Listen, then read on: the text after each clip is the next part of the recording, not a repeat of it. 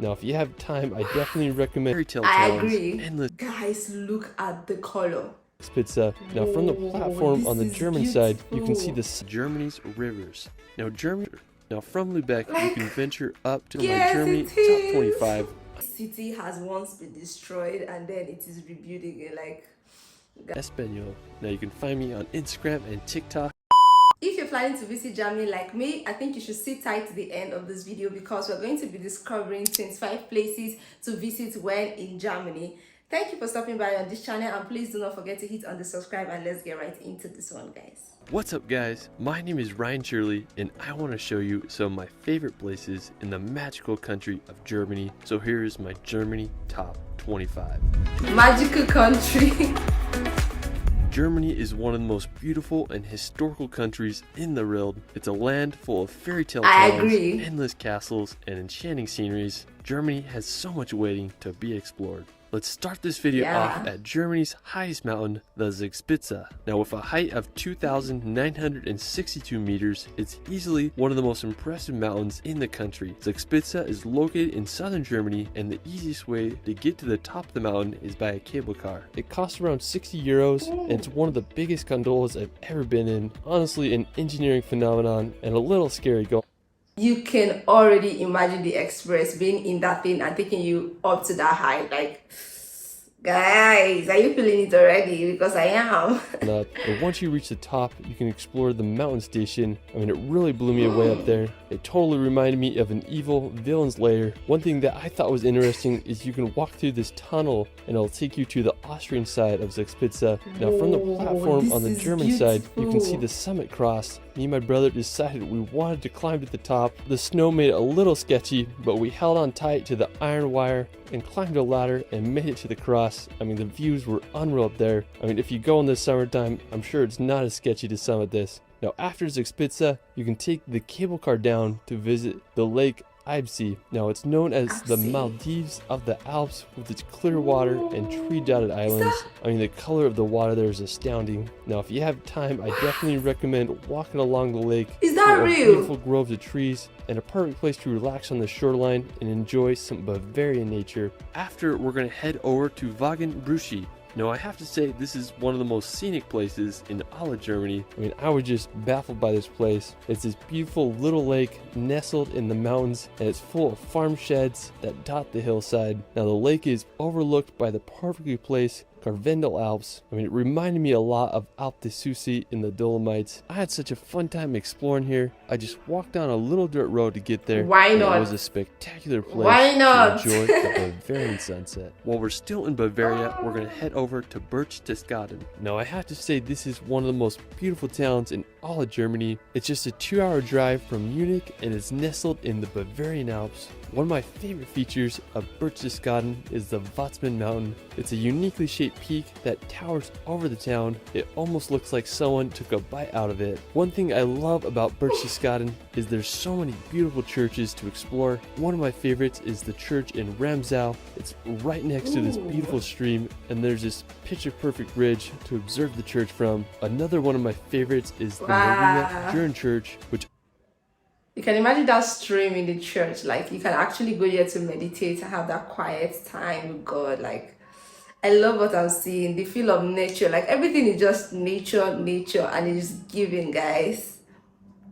offers a perfect view of the Watzmann Mountain.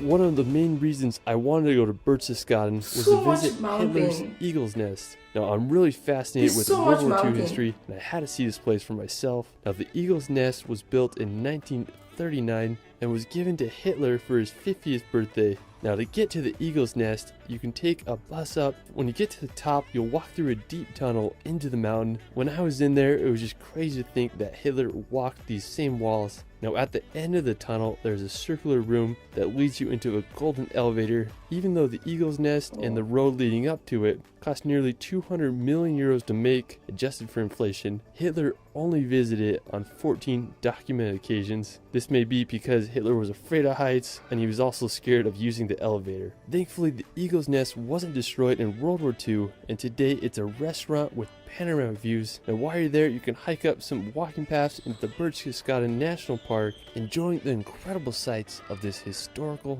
destination. Afterwards, we're going to head back to Berchtesgaden to visit the lake Konigssee. Now, the lake was created by glaciers, which makes it feel like you're in a fjord you'd see in Norway or New Zealand. When I was there, we took a boat ride to the end of the lake. It cost around 15 euros and took about 50 minutes to cross the lake. Now, the first stop was to the famous St. Bartholomew's Church. We kept going and we reached the end of the lake. We then hiked about 10 minutes to reach Obersee. Just home to this iconic lake hut, and the scenery there is just astounding. The lake's so clear, and it's just surrounded by massive mountain walls that are hard to explain. I just had a great time enjoying the scenery around the lake. Definitely got to explore Konigssee and Obersee while you're in Berchtesgaden.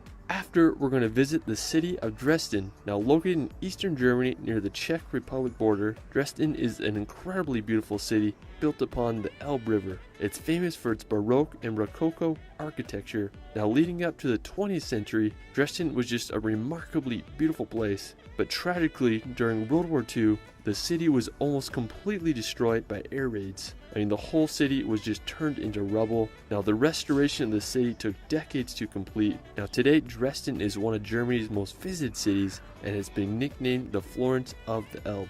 Now, a beautiful nature spot near Dresden is the Bastei Bridge. Beautiful it's nature in spot. Saxon, Switzerland, and it's this famous rock formation, part of the Elbe Sandstone Mountains. It's been a tourist attraction for over 200 years. In 1824, a wooden bridge was made into the rock formation, which was later replaced to the present bridge today.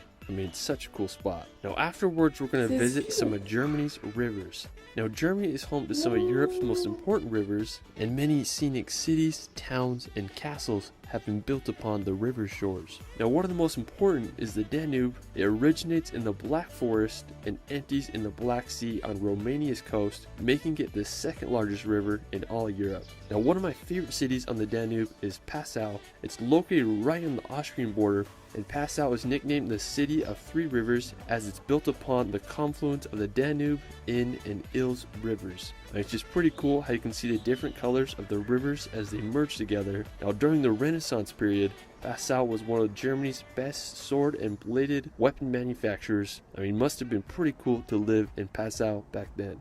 Now, the longest river in Germany is the Rhine. It begins in Switzerland and empties in the North Sea as it crosses through important cities such as Cologne and Dusseldorf. Now, the banks of the Rhine River are home to so many towns and castles. An interesting place is the Pfalz Grafenstein Castle, quite the name. Now, it was built in the 14th century and served as a toll station for passing ships. A chain was put across the river, making sure ships would pay the toll, and uncooperative sailors would be put in the castle's dungeon. It's pretty fascinating if you ask me. Now, another notable river in Germany is the Mosel. It's located in western Germany, and the Mosel River is home to some of Germany's best wine country. Guys, look at the color. Look at the gradient of this ground. Just look at this. This is a beauty to behold. Is this natural or who else is seeing the color patterns? I can stare at this all day because this is beautiful for real, guys. Wow. The river's hillsides are covered with terraced vineyards where some of the best Riesling grapes grow.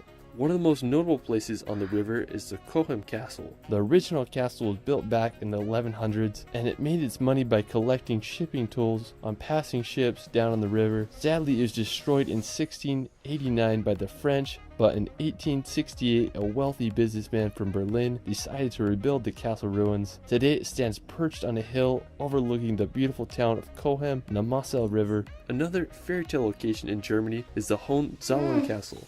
Now, I have to say this is one of the most impressive castles in all of Germany. It sits perfectly on Mount Hohenzollern and See can how be seen green. from miles away. Hohenzollern is the last of 3 castles that was built upon this hill. It was completed in 1867 as a memorial to the Prussian royal family. Today it's one of Germany's most visited castles, and I understand why. Now after, we're going to visit Lake Constance. Now it's this massive lake that's not only in Germany but also borders Austria and Switzerland. Now it's the second largest lake in all of Europe by volume. Now one scenic place on the lake is this town called Lindau. Now what makes it so unique is that it's this island. Now it was first mentioned by a monk in the 9th century, and during medieval times it became quite the fortified city. Today it's a popular place to visit. I just love the harbor and just the fact that it's an island. I mean, just such a cool place. Another picturesque city on Lake Constance is Meersburg. It's located right on the shores, and it's a historical town lined with beautiful colored houses.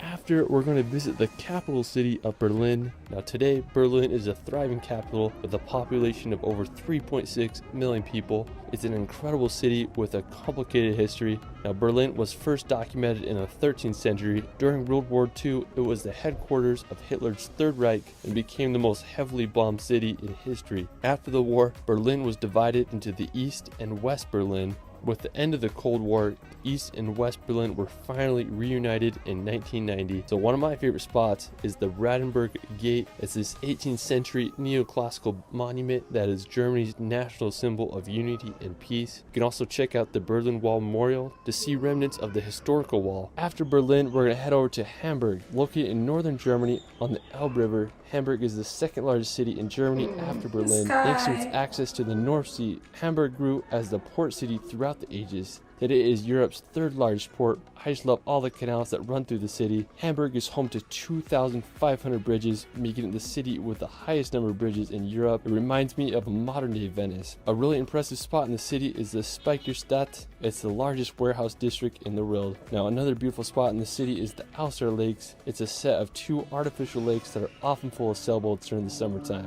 While we're still in northern Germany, we're going to visit Lubec. Now located just an hour's drive from Hamburg, Lubec is the second largest city on Germany's Baltic coast. Lubec is famous for being the de facto capital of the Hanseatic League, which was a medieval organization that dominated maritime trade between the 13th and 15th centuries. Even after the Hanseatic League fell apart in 1669, Lubec remained an important trading town on the Baltic Sea. Today, Lubec is one of northern Germany's most beautiful cities, and it's nicknamed the City of Seven Towers thanks to its prominent church towers that dot the city. My favorite feature of Lubec is the Holstein Gate. It was built in 1464 and served as the city's gate. Today, it's a museum and stands as a symbol for the city. I mean, I just love its 2 Gothic towers. To and see how beautiful this looks such like. an incredible structure.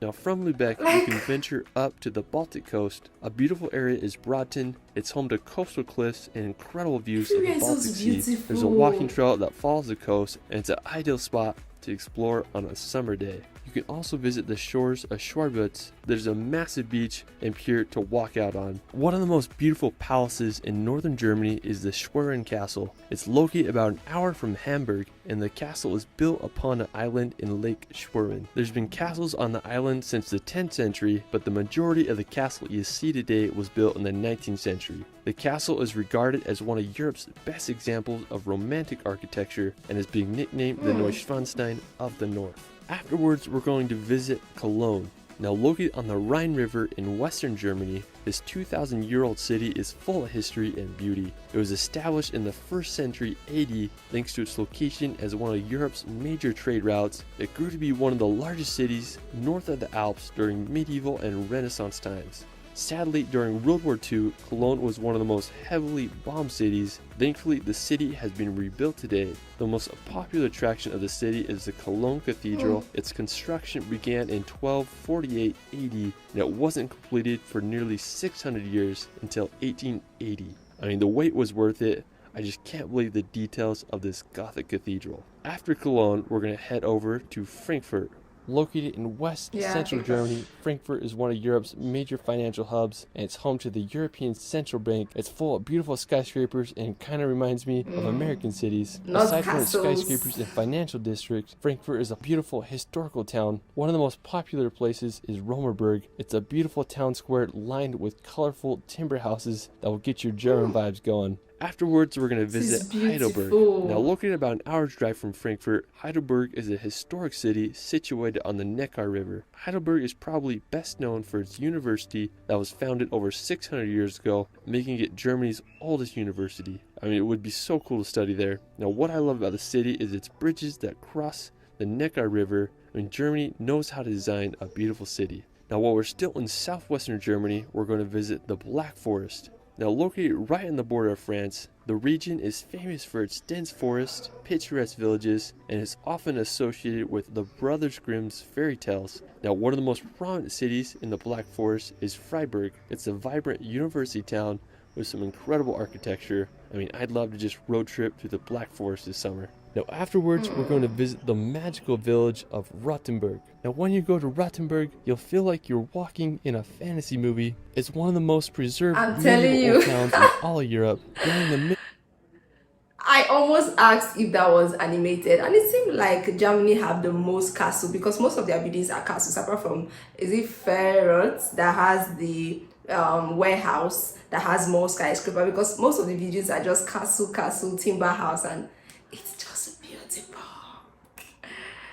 Middle Ages, Rothenburg thrived as it was located at the crossroads of European trade routes. At the beginning of the 15th century, it rose to becoming the second largest city in all of Germany, but during the 17th century, Rothenburg faced adversities such as the 30-Year War and the bubonic plague. Without much resources, Rothenburg's growth was halted, which aided in keeping the town preserved in its medieval state. Today, Rothenburg maintains its medieval charm, and it's been the inspiration for sets of Disney movies such as Pinocchio. If you go, you can check out the famous Cloning Corner or witness the beautiful Christmas markets. I mean, just hard to beat the allure of this German village. From Rothenburg, you can make the 3-hour drive to the beautiful city of Munich, also known as Bavaria's capital. This is Munich real. is located in the south of Germany, about 50 kilometers from the Alps. During World War II, Munich was heavily bombed by over 70 air raids, but today the city is restored to its former beauty. One of the most popular spots is the Marienplatz Central Square.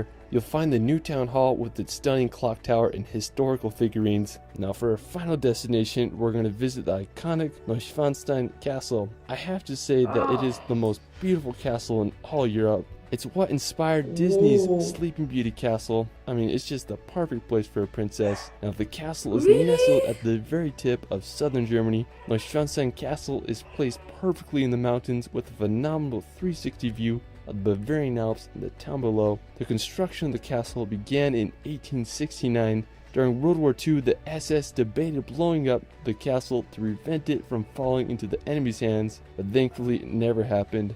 Today, the castle receives over 1.4 million visitors a year, so it's definitely a tourist hotspot. When I was there, we walked around the castle. When you're up close, you realize how huge it really is. King Ludwig had some imagination. Anyways, I found a great vantage point in the trees with a perfect view of the castle. I mean, I just can't get over the beauty of this place. I mean, it's truly something out of a Disney fairy tale. Now, another incredible spot nearby is St. Coloman's Church. It's located just a few minutes away and has a splendid view of the castle and the Bavarian Alps. One of my favorite memories of my time in Germany was enjoying the sunset at the church, just marveling at the green pastures and overall scenery. Germany truly is a magical place. Well, that is it for my Germany Top 25. I'm just barely scratching the surface. I mean, there's so many more incredible places in this country. Let me know where your favorite place is in Germany in the comments below. I also started a Spanish channel, and I did a film on Germany if you'd rather watch it in Espanol.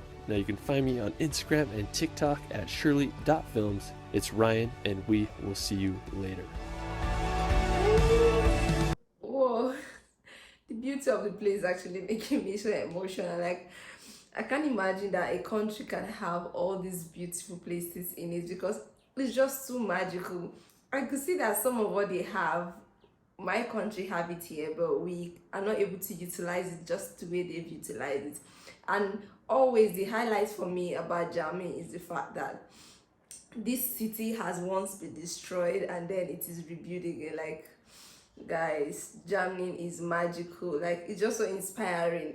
Many people have been asking me, what is it about Germany? Like, why are you checking out Germany content? And from the first video I checked about Germany, I'm just glued to it because I see people that want to build.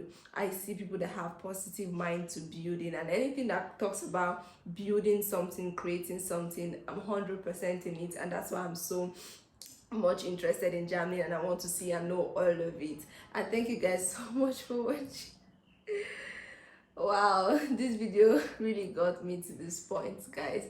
This is so magical. Like, these places are extremely beautiful, guys. Wow. Thank you so much for sitting up to this time. Let me get your take if you truly agree with this one, that this place is truly magical and beautiful. And see you on my next video. Do not forget to subscribe. Bye bye.